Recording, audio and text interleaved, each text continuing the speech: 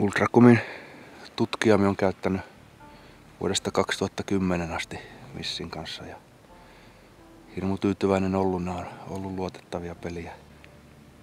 Kestää vettä ja näyttää haukut ja nopeuden ja paljon on kulkenut koko päivänä. Ja kartat on selkeät ja hyvät ja paikkatietoa tulee niin kuin pitää. Tuolta voi valita 20 sekuntia yleensä tulee käytettyä.